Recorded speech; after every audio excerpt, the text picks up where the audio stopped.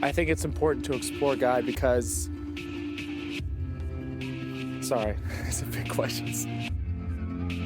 Well, because I think we have so much in between us and the knowing of God. And I think a lot of that confusion leads to a lot of the pain and suffering in the world. If I could ask God one question, it would be, why are we here? What's the meaning of life? What do you want? Why do you care so much about me? What were you thinking when you made life? If we were created in his own image, why are there so many different kinds of people? Why can't everybody be happy? If somebody had the answer to that, I'd like to hear it.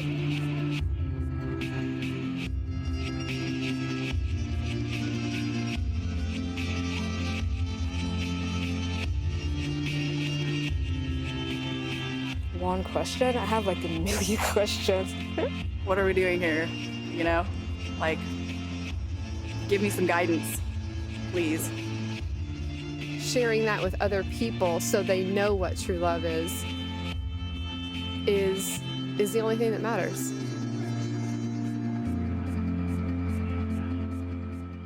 God.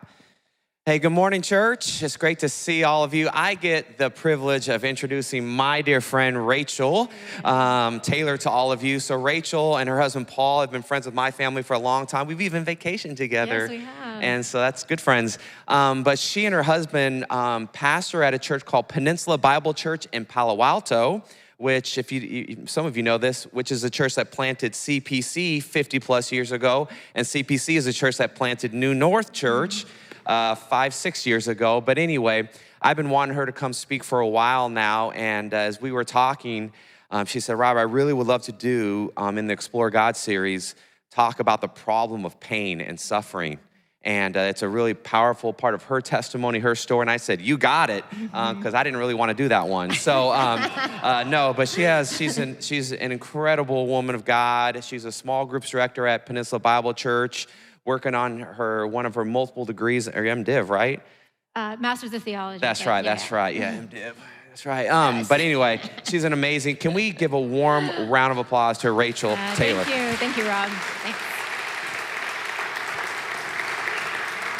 Well, yeah, like Rob said, I first heard about the Explore God series almost a year ago. And when I saw the list of questions it was going to be covering, I saw the one on pain and suffering. And my first thought was that I really wanted to preach that sermon. Not because I have all of the answers to pain and suffering, but because I've been dealing with chronic pain for the last 20 years. So it started about when I was 25. So what that means is that I've been wrestling with this question of why does God allow pain and suffering for the last 20 years? And it's not just that question that I've been struggling with. It's actually the question behind that question that I've been struggling with the most, which is God really a good God? If God's a good God, how can he allow all the pain and suffering in the world? I'm not just asking that question for my own pain and suffering, or even for the pain and suffering of my loved ones. I'm asking that question for the people that go through pain and suffering all over the world, not just now, but throughout all of time. There's a lot of pain and suffering to try and make sense of. Shortly after I heard about this sermon series and this sermon on pain, I was down in LA visiting a friend of mine who is a professor at Fuller Theological Seminary. And over dinner one night, she asked me what my theology of pain was. I had to think about it for a second. A theology of something is just a set of beliefs or thoughts about a certain topic and how those thoughts and that topic relates to your thoughts and the topic of God. So how those things mix together. And so what my friend was asking me was, how did I make sense of the existence of pain and the existence of God? And even though I hadn't thought about it that way before, I realized that I did have a theology of pain. The truth is that we all have a theology of pain. You have a theology of pain. We've all encountered pain in the world and had to figure out what to make of it. If we believe in God, we've had to try to reconcile our experience of pain with our belief in a good God. And if you don't believe in the existence of God, chances are that the reason you came to that conclusion has at least something to do with the problem of pain in the world. thing is that to believe in God or to believe that he doesn't exist, both require a degree of faith. As humans, we can't know everything. We are limited. We desperately want to know everything. We desperately try to know everything, especially here in the Silicon Valley, where we prize education above almost all else. But our human limitation remains. We can't know everything. And so we must decide on faith what we believe about the existence of God and his character. Regardless of whether you believe God exists or not, we've all had to deal with pain. From the moment we're born, we're confronted with it. Apparently, the process of being born is not a pleasant one. We know this because every single time a baby is born, the first thing they do is cry. Now, I don't know if the process physically hurts, but it's at least emotionally painful. They're jolted from the only home they have known for 9 months, and it's certainly confusing and overwhelming. But almost all of us have had someone there to receive us in that moment in our first encounter of pain and comfort us and hold us and keep us warm and feed us and meet our needs and help us try to figure out what to do with pain. Most of us have also had parents or caregivers who throughout our childhood have continued to try and help us make sense of the new kinds of pain we encounter. But the problem with parents is that they're human. They're not God. They're not omnipresent like God. God is everywhere all at once. He's always with us. God is omniscient. He's all-knowing. Our parents don't know everything, and so they haven't always known how best to respond to the pain we experience. They aren't able to be with us all of the time. And so at some point in our childhood, we've had to figure out what to do with the problem of pain on our own. When you fell and skinned your knee as a kid and there was no one around to see, what did you tend to do? Were you one of those kids who cried as loud as they could, demanding that the world around them respond to their pain? Or maybe you had learned from your context that crying like that wouldn't really get you any more help or support. In fact, it might even increase your pain if the adults around you were frustrated by your crying. And so maybe you learned in moments of pain that it was best to turn it inward. However we tended to respond to pain as children, we tend to carry that over into our adult lives. Some of those ways of coping with pain are helpful, some are not. And part of the challenge of adulthood is relearning those patterns and finding responses to pain that work for us. In my journey with chronic pain, I've tried many different things to address my pain. I was born with something called hip dysplasia. Now, if you've heard that term, you've probably heard it in reference to a golden retriever or a Labrador retriever, because dogs often have hip dysplasia, but people can have it too, and I'm one of those people. And so I've tried many ways to handle my pain. There are good coping mechanisms and there are bad coping mechanisms. The bad coping mechanisms are usually fairly obvious, things like trying to numb our pain with alcohol or drugs, or lashing out at those around us in our anger and frustration. Sometimes the bad coping mechanisms aren't so obvious. Things like distracting ourselves with media or overindulging in unhealthy food don't seem like they're too bad in the moment, but as we get habituated to these responses, they can become problematic in our lives. There's even bad coping mechanisms that look good at first, like overworking or overachieving. These bring us some good benefits at first, but even these over time can start to cause problems in our relationships and our work life and with our health. Now, the good coping mechanisms are things like talking to a friend or spending time outside in nature or going to group therapy or engaging in creative outlets like music or writing or art. And most of us have a mixture of these habits in our life. It turns out that it's a good thing that the bad coping mechanisms usually end up causing us more problems. This is a built-in safety mechanism. When we feel this kind of pain, its purpose is there to let us know that we've made a mistake and to try something differently next time. This kind of pain isn't a punishment, it's a protector. it can actually lead us towards healing. When you're cooking and you're chopping vegetables and you're going a little bit too fast and you accidentally cut your finger, it hurts. So you stop what you're doing, you look at your finger, you notice that it's bleeding, and so you go and clean it and you put ointment on it and a Band-Aid. Your pain pointed you towards healing. And your pain was a protector. The next time you're chopping vegetables, you will probably be sure to go slower and you'll be less likely to hurt yourself. Now, this kind of pain, this protective pain, doesn't tend to call into question the existence of God or his goodness, because it all makes sense to us. If we would like to feel less pain, we can change our behavior. But there's a different kind of pain. I'll call this kind of pain powerless pain, because it doesn't matter how we respond to it, we can't move it, we can't change it. Things in this category are things like the loss of a loved one or an illness we have no ability to prevent or cure, or the loss of a job in an economic downturn, or systematic injustices and imbalances, or oppressive governments. No matter what we do, our behavior doesn't immediately affect our situation. We're powerless. And in that moment, we want the one with the power, which is God, to do something about it.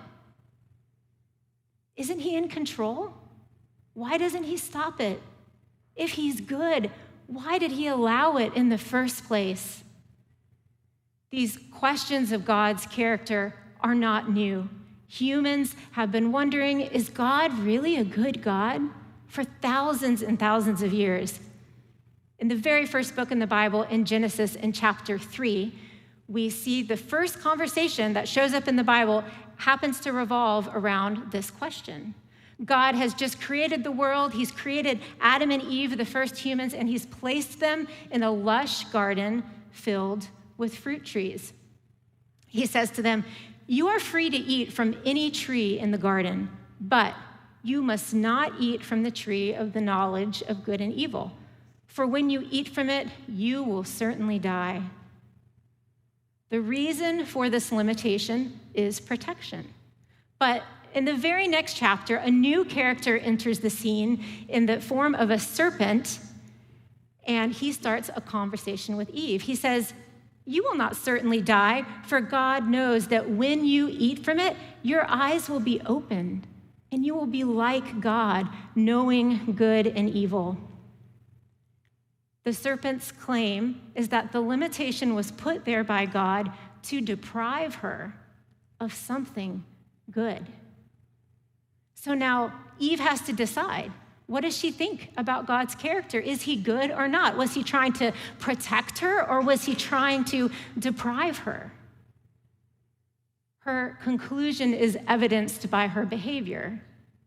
She eats from the tree of knowledge.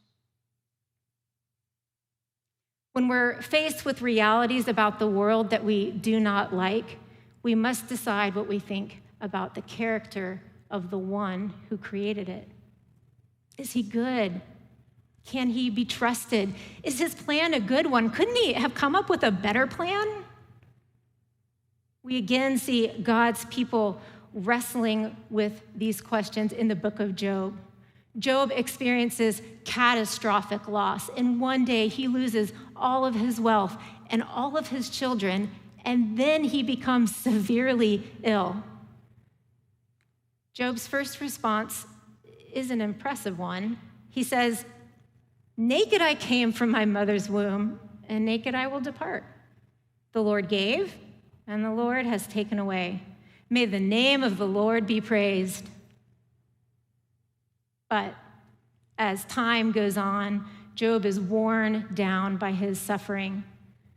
By chapter 27, he concludes, "God has denied me justice."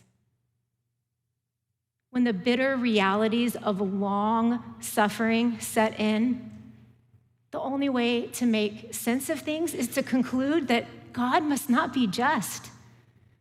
This is similar to Eve's conclusion. Given the current circumstances, it looks like God must not be good. I've wondered about God's justice and goodness in my own life with my chronic pain. I've had 3 reconstructive hip surgeries. These are much bigger surgeries than a hip replacement. After each one, I would need to be on crutches for 2 months. After my first surgery, when I came to the end of that 2 months, and I was so excited to put aside my crutches, and I set them to the side on the couch, and I took my first step, putting my full weight on that leg, and immediately my hip fractured. And so I had to go back on the crutches for 2 more months. Now, these surgeries, they have lessened the intensity of my pain, and they have given me mobility that I'll be able to grow in as I get older, but they haven't taken away my pain all the way. Now, what happens when your body has chronic pain, it starts to overload your nervous system. And so now I have systemic pain from the original problem with the hip, but my system just can't handle it very well. So I will probably never be free from chronic pain. Now, there's things I can do to manage it better and to kind of lessen it, but I can't make it go away. Doesn't God love me? Why would he allow me to go through this? I had this consistent pain starting at 25. If I live to be 75, that's 50 years of chronic pain. Can I really have a good life when I experience pain in every moment? Couldn't God have created me differently? If he could have, why didn't he? God answers Job's accusation of his injustice in chapters 38 through 41. His response is both challenging and comforting at the same time.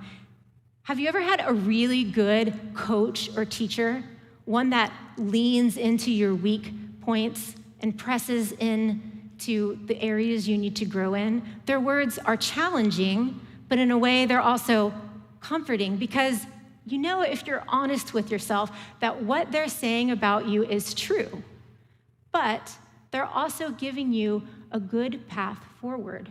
So they're challenging and comforting at the same time. Here's God's response to Job. Who is this that obscures my plans with words without knowledge? Brace yourself like a man. I will question you, and you shall answer me. Where were you when I laid the earth's foundation? Tell me if you understand.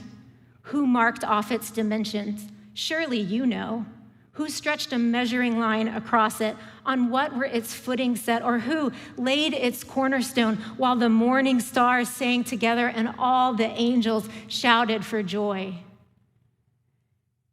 God goes on and on like this for 4 chapters. I recommend when you get home that you read it. It's a literary tour of the wonders of God's creation. It's challenging and comforting and calming all at the same time. It's like when a young child is reminded that they are, in fact, not the one in charge. The correction allows them to return and rest in the comfort and care of their parent. They can't take care of themselves.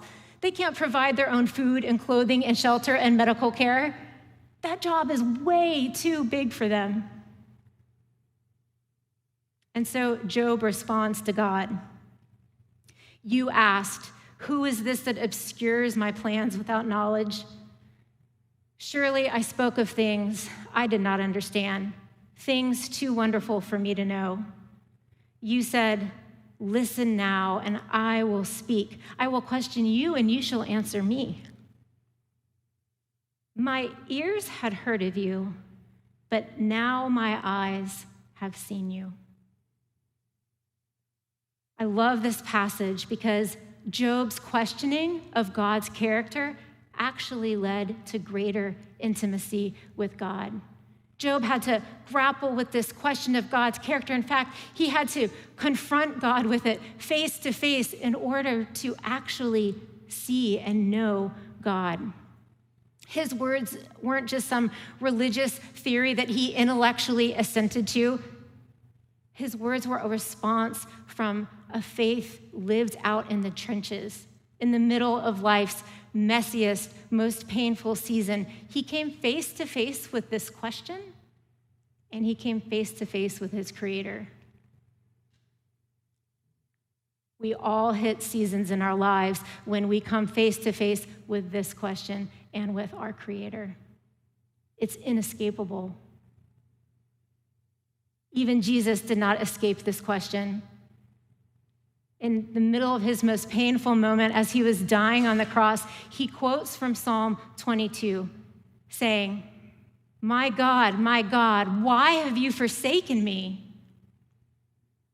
Psalm 22 goes on to say, "Why are you so far from saving me, so far from my cries of anguish? My God, I cry out by day, but you do not answer, by night, but I find no rest." The Psalms are full of God's people bringing him their laments over the pain that they suffer in the world. The Psalms give us permission and space to grapple deeply with the suffering we experience. God's not afraid of those questions. He's not afraid of our anger, our despair, our disappointment, our hurt, our confusion. He can handle them. To be human is to at times feel like God has forsaken you. So, what is God's response when we come to him with this kind of pain? When I ask myself this question, the first story that pops into my head is the story of Lazarus. Lazarus and Jesus are good friends, but one day Jesus happens to be away on a trip when Lazarus falls ill. Lazarus has a sister named Mary who is also very good friends with Jesus. Now, Jesus has been going around healing people, and so Mary sends word to Jesus that Lazarus is very, very ill, hoping that he will come back and heal her brother. But at this moment, Jesus does something surprising. He remains where he is for several days. By the time he finally gets back, Lazarus has already died and he's been buried in a cave. When he approaches the city, Mary comes out to him weeping and accusing Jesus of letting her brother die. At the sight of this, Jesus immediately starts weeping. This is God's response to our pain. He grieves with us. In the first book of the New Testament, Matthew, in the first chapter, it says that Jesus is a fulfillment of the Old Testament prophecy for a Savior. And it says that we would also call his name Emmanuel, which means God with us.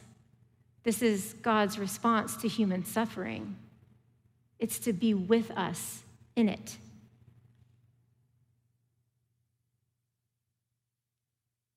He grieves with us. We may feel alone or forsaken, but we aren't alone, and he hasn't forsaken us. The interesting thing about the story of Lazarus is that the text indicates that it was actually Jesus' plan all along to allow Lazarus to die and to then raise him. And yet, when Mary comes out to him, weeping for the loss of her brother, Jesus stops and grieves with her, even though he knows how the story is going to end. That moment mattered. That time mattered. That space where there was loss mattered. Your pain matters. Your suffering matters. Revelation 21 says our story ends in this way. God's dwelling place is now among the people, and he will dwell with them. They will be his people, and God himself will be with them and be their God. He will wipe every tear from their eyes. There will be no more death or mourning or crying or pain, for the old order of things has passed away. Even though God is in the process of fully restoring his creation, our pain matters now. You know what Jesus didn't do when Mary came out to him weeping? He didn't tell her that there was no reason for her to cry. Instead, he joined her in her grief. And he wasn't just grieving for her loss, he was grieving for his loss. His good friend Mary misunderstood him and thought that he didn't care about her or her brother. Emmanuel's response to pain should be our response to pain. We should grieve it. We should grieve our losses. We should grieve the losses of those around us. It's like when a child gets stung by a bee. As adults, we know in a couple hours it won't hurt anymore. But in that moment, we don't correct the child for crying. Instead, we pull them up on our lap and we comfort them and we hold them. We're with them in that moment. That moment matters. I've learned this lesson with my chronic pain. When I was a kid, I was a total tomboy. I loved being outside, and I grew up in Texas, and it was hot all the time, and I loved it. And I loved playing sports with all the boys in the neighborhood and beating them all until they started to get taller than me. But I enjoyed it in elementary, nonetheless. But now with my hips the way they are, I'm not allowed to run anymore, so I cannot play sports anymore. Why would God take away one of the greatest pleasures of my life? My husband and his friends are marathon runners. I have to sit on the sidelines and just watch.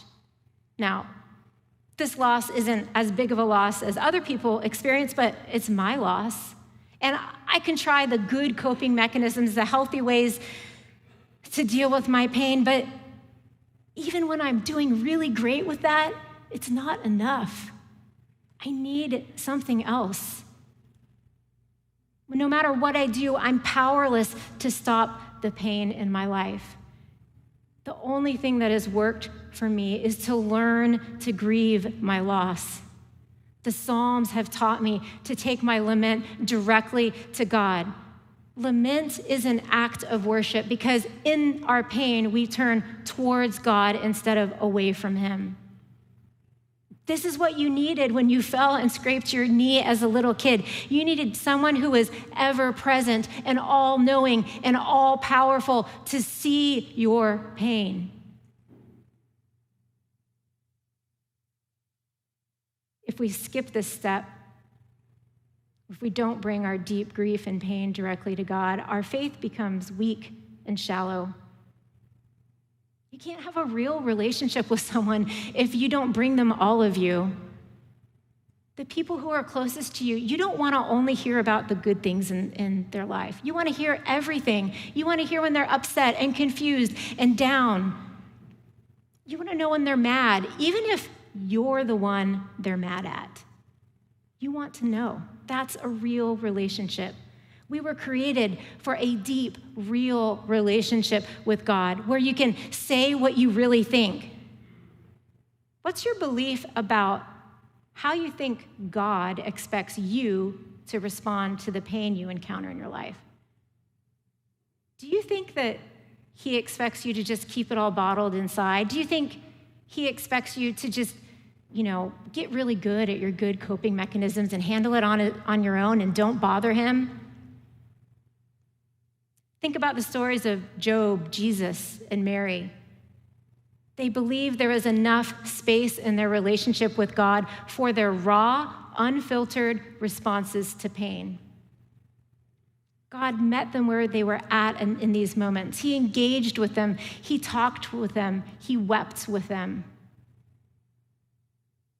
There are only two ways to relate to God in the midst of pain. We can either turn towards Him or we can turn away from Him. If you don't believe that God exists, my question for you is, in the middle of your deep pain, don't you long for someone to be mad at? Someone to take all of your pain and your rage and your anger and your disappointment too. This is the kind of relationship the God in the Bible invites you into. The Bible doesn't paint a picture of some kind of like high church relationship with God where the only version of you that is welcome is one that is well-dressed and in control of their emotions at all times. The Bible is full of messy story after messy story, and the characters are all really messy people. And in every story is God, a God who can handle it, can handle that mess. You don't have to suffer alone. Bring God your real thoughts and emotions and ask him to help you understand both him and the world he created. He will respond to you. It might not be quite in the way you expect him to, but he will respond, and you will get to know him better over time. That's how we grow in our relationship with God. It takes all the seasons and years of our lives to really get to know him better. The good news is that we have a community here of people who are on the same journey to know God better over time. None of us have it all figured out, but we know that it's better to not suffer alone. If you're new to turning towards God in the midst of pain, I want to encourage you to reach out to someone here at the church, either online or in person, and let them know. We'd love to come alongside of you and support you in any way that we can. I didn't want to preach this sermon because I have all the answers to pain and suffering. I wanted to preach this sermon because I've learned how to find intimacy with God in the middle of my pain. And I found it to be a doorway into the full life that I've been looking for. I don't find this full life when my life looks perfect or when there's an absence of hard things in my life. I actually find this full life in the middle of the deepest seasons of pain, when I take that pain directly to God and allow him to minister to me in the midst of it. Like Job, I come out of these seasons and these moments saying, my ears had heard of you, but now my eyes see you. Now I know you. And this is exactly what I've been looking for all along. Pray with me.